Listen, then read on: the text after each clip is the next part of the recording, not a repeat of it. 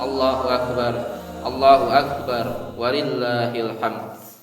Kaum muslim dan muslimat yang dirahmati oleh Allah, saat ini kita berada di hari raya yang sangat mulia, di bulan yang sangat agung, yakni hari raya kurban.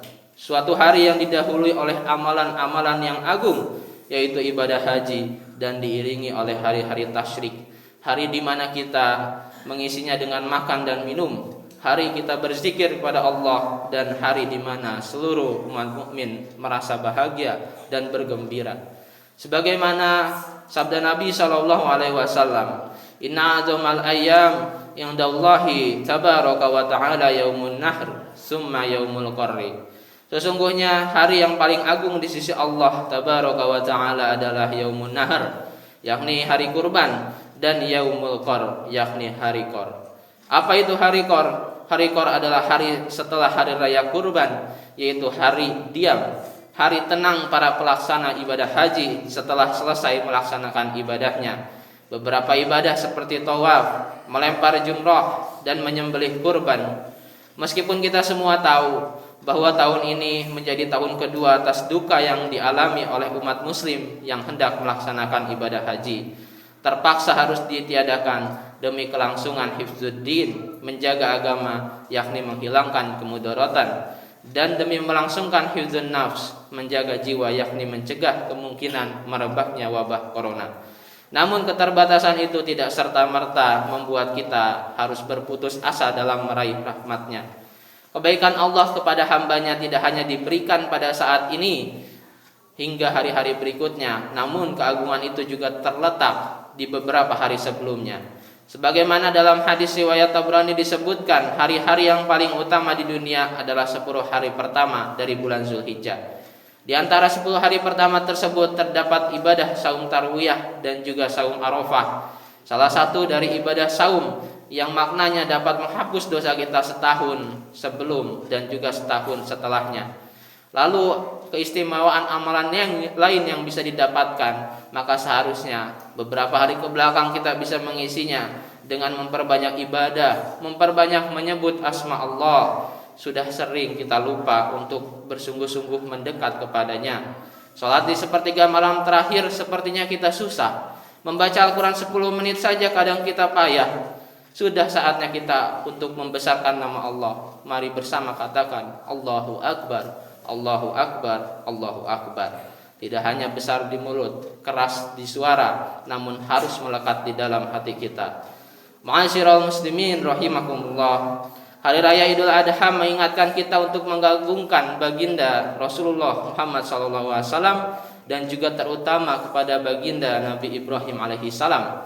Tidak heran mengapa setiap sholat kita dalam tahiyat selalu kita bacakan, Ya Allah, sampaikan sayangmu dan salam rindu kami kepada Sayyidina Muhammad kama shallaita ala Sayyidina Ibrahim, sebagaimana engkau limpahkan sayangmu kepada Nabi Ibrahim. Beliau adalah bapaknya para nabi, Abul Anbiya, karena semua nabi setelahnya adalah keturunan dari Nabi Ibrahim. Dari sosok beliau ada banyak hikmah yang bisa kita jadikan pelajaran dalam setiap aktivitas ibadah dan aktivitas kehidupan kita yang lainnya. Kisah Nabi Ibrahim alaihissalam mempunyai kisah yang agung di dalam dunia pengorbanan, perjuangan, dan juga pengabdian. Berawal dari harapan dan kerinduan beliau mendapatkan hidayah dari Allah, harapan ini beliau panjatkan dalam doanya dengan bersungguh-sungguh. Rabbi habli minas sholihin, ya Tuhanku, karuniakan kepadaku orang-orang soleh. Atas dasar inilah seharusnya memang kita membangun keluarga harus didasari oleh doa tersebut. Kelompok masyarakat dibentuk pun harus didasari oleh bentuk tersebut. Hingga bahkan sebuah negara didirikan pun harus didasari oleh doa tersebut. Maka Allah kabulkan harapan Nabi Ibrahim alaihissalam dengan diberikannya keturunan yang soleh bernama Ismail. Terkabulnya doa Nabi Ibrahim tidak mungkin serta-merta Allah kabulkan hambanya, kecuali bagi hambanya yang dia bersungguh-sungguh untuk melakukan ketaatan dan kesabaran tiada henti. Terlihat 86 tahun penantian memiliki keturunan, akhirnya harapan itu bisa diwujudkan juga. Namun disinilah pelajaran agung yang harus kita resapi. Tatkala Nabi Ibrahim di tengah rasa yang berbahagia itu harus menjalani ujian Allah berupa perintah untuk menyembelih putra kesayangannya. Sebagaimana dalam surat As-Saffat ayat 102 dijelaskan, Allah berfirman, "Falamma balagha ma'ahu sa'ya qala ya bunayya inni ara fil manami anni adbahuka fanzur madza tara." Maka ketika anak itu sampai pada umur sanggup berusaha bersamanya, Ibrahim berkata, "Wahai anakku, sesungguhnya aku bermimpi bahwa aku menyembelihmu, maka pikirkanlah bagaimana pendapatmu." Ujian ini adalah ujian berat bagi Nabi Ibrahim setelah harus menghadapi ayahnya yang menjadi penghalang keimanannya. Ini harus merelakan kesabaran dari penantian puluhan tahun lamanya. Namun apalah arti taat kalau harus ingkar? Maka berdasarkan kesanggupannya, Nabi Ibrahim mampu menunjukkan pada kita bahwa kecintaan seorang hamba kepada Tuhannya harus diutamakan daripada kecintaan manusia terhadap anak keturunan, harta ataupun dunia. Ketaatan total itu beliau ajarkan kepada anaknya Ismail alaihissalam, sehingga dengan berat Ismail alaihissalam pun harus menerima perintah itu dengan penuh kesabaran agar ayahnya tetap yakin dan berpegang teguh pada ketaatannya.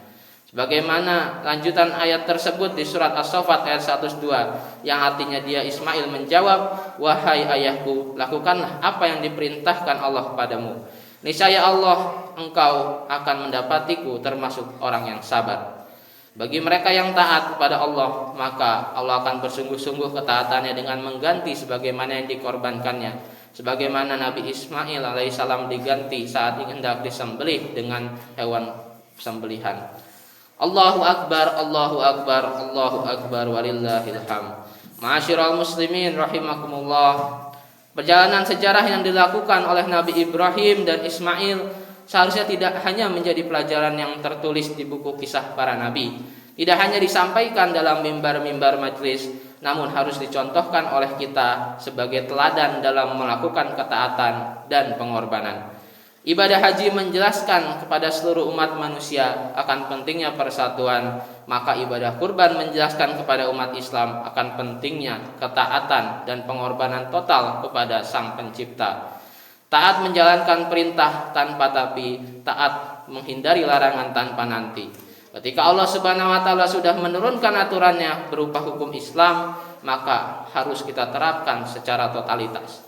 Sebagaimana Allah memerintahkan dalam firman-Nya surat Al-Maidah ayat 49. A'udzubillahi minasyaitonirrajim. Wa anihkum bainahum bima anzalallah wa la tattabi' ahwa'ahum wahdharhum ayyuftinuka 'an ba'di ma anzalallahu ilaik. Fa in tawallaw fa'lam annama yuridullahu ayyusibahum bi ba'di dzunubihim wa inna katsiran minan nasi lafasiqun.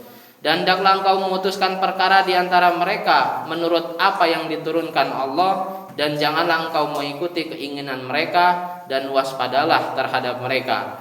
Jangan sampai mereka memperdayakan engkau terhadap sebagian apa yang diturunkan oleh Allah kepadamu. Jika mereka berpaling dari hukum yang telah diturunkan Allah, maka ketahuilah bahwa sungguhnya Allah berkehendak menimpakan musibah kepada mereka disebabkan sebagian dosa-dosa mereka. Dan sungguh kebanyakan manusia adalah orang-orang yang fasik.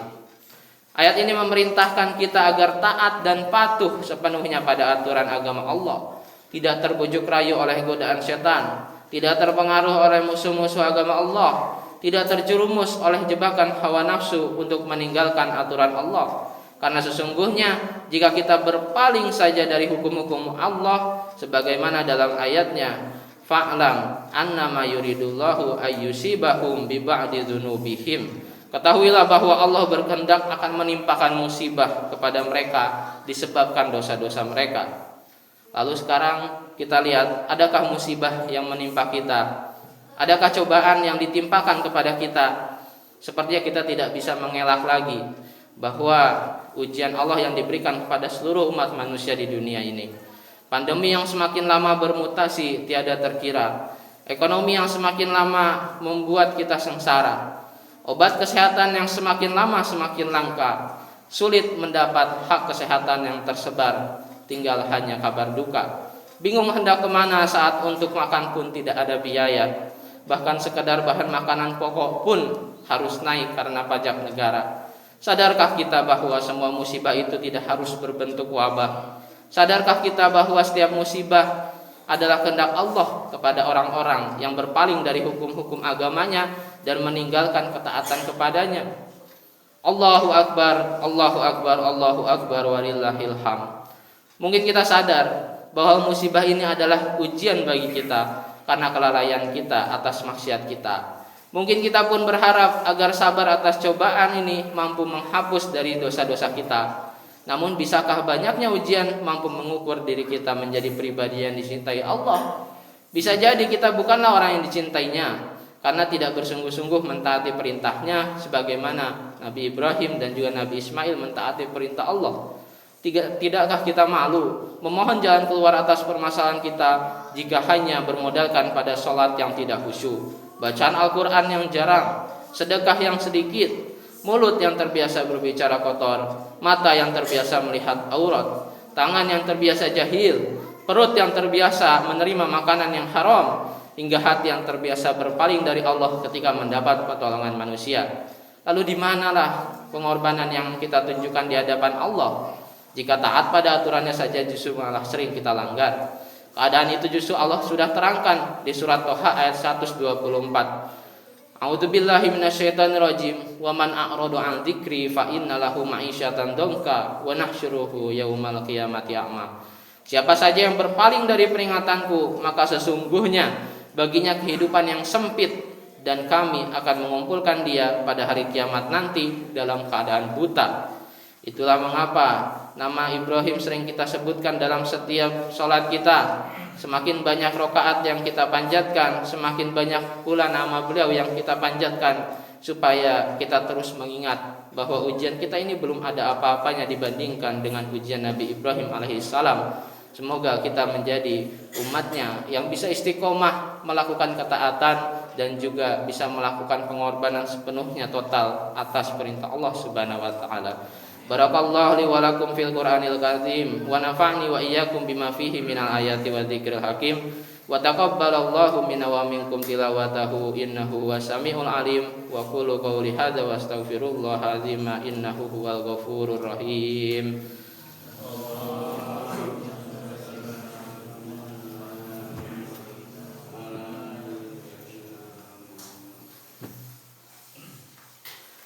Allahu Akbar, Allahu Akbar, Allahu Akbar, Allahu Akbar, Allahu Akbar, Allahu Akbar, Allahu Akbar, Allahu Akbar kabira walhamdulillahi katsira wa subhanallahi bukratan wa asila. La ilaha illallah wa la na'budu illa iyyah mukhlishina lahuddin walau karihal kafirun. La ilaha illallah wahdah sadaqa wahdah wa nasara 'abdah wa hazamal ahzaba wahdah. La ilaha illallah wallahu akbar. Allahu akbar walillahil hamd. Alhamdulillah, alhamdulillahi alal ihsani wa syukrullah ala taufiqih wa imtinani wa asyhadu an la ilaha illallah wahdahu la syarikalah wa asyhadu anna sayyidana Muhammadan abduhu wa rasuluh ad-da'i ila ridwani. Allahumma salli ala sayyidina Muhammad wa ala alihi washabihi wa sallim tasliman katsira. Amma ba'd. Fa ya ayuhan nas taqullaha fima amara wa antahu amma naha. Qala ta'ala innallaha wa malaikatahu yusholluna 'alan nabi. Ya ayyuhalladzina amanu shallu 'alaihi wa sallimu taslima. Allahumma shalli ala sayyidina Muhammadin sallallahu alaihi wasallam wa ala ali sayyidina Muhammadin wa ala anbiya'ika wa rusulika wa malaikatil muqarrabin wardallahumma an khulafa'ir rasyidin Abu Bakrin wa Umar wa Utsman wa Ali wa an baqiyati sahabati wa tabi'in wa tabi'it tabi'in lahum bi ihsanin ila yaumiddin warda'na ma'hum bi rahmatika ya arhamar rahimin. Allahumma ighfir lil muslimina wal muslimat wal mu'minina wal mu'minat al ahya'i minhum wal amwat bi rahmatika ya arhamar rahimin. Allahumma a'izzal islam wal muslimin wa ahlikil kafarata wal musyrikin wa dammir a'da'aka wa a'da'ad din Allahumma taqabbal minna siyamana wa salatana wa sadaqatana wa kulla ibadatina ya mujibas sa'ilin. Allahumma barik lana fi asma'ina wa absarina wa qulubina wa azwajina wa dzurriyyatina wa tub 'alaina innaka antat tawwabur rahim. Allahumma dafa'anna al-bala wal waba wal zalazil wal mihan wa su'al fitan ma dhahara minha wa ma batan. Allahumma alif baina qulubina wa aslih zata bainina wahdina ila subulas salam wa najina minadh dhulumati ilan nur. Allahumma anzilna mubarakan fi biladuna Indonesia khasan wa an sairil buldanil muslimin amma ya zal jalali wal ikram. Rabbana hab lana min azwajina wa dzurriyyatina qurrata a'yun waj'alna lil muttaqina imama. Rabbana taqabbal minna innaka antas samiul alim wa tub 'alaina innaka antat tawwabur rahim. Rabbana dzalamna anfusana wa illam taghfir lana wa tarhamna lanakunanna minal khasirin. Rabbana atina fid dunya hasanah wa fil akhirati hasanah wa qina adzabannar. Subhana rabbika rabbil izzati amma yasifun wa salamun alal mursalin walhamdulillahi rabbil alamin. Ibadallah, innallaha ya'muru bil 'adli wal ihsan wa ita'i dzil qurba wa yanha 'anil fahsya'i wal munkari wal baghi ya'idukum la'allakum tadhakkarun. Fadhkurullaha azima yadhkurkum washkuru 'ala ni'matihi yazidkum wa ladzikrullahi akbar. Allahu akbar, Allahu akbar, Allahu akbar, walillahil hamd. Wassalamualaikum warahmatullahi wabarakatuh.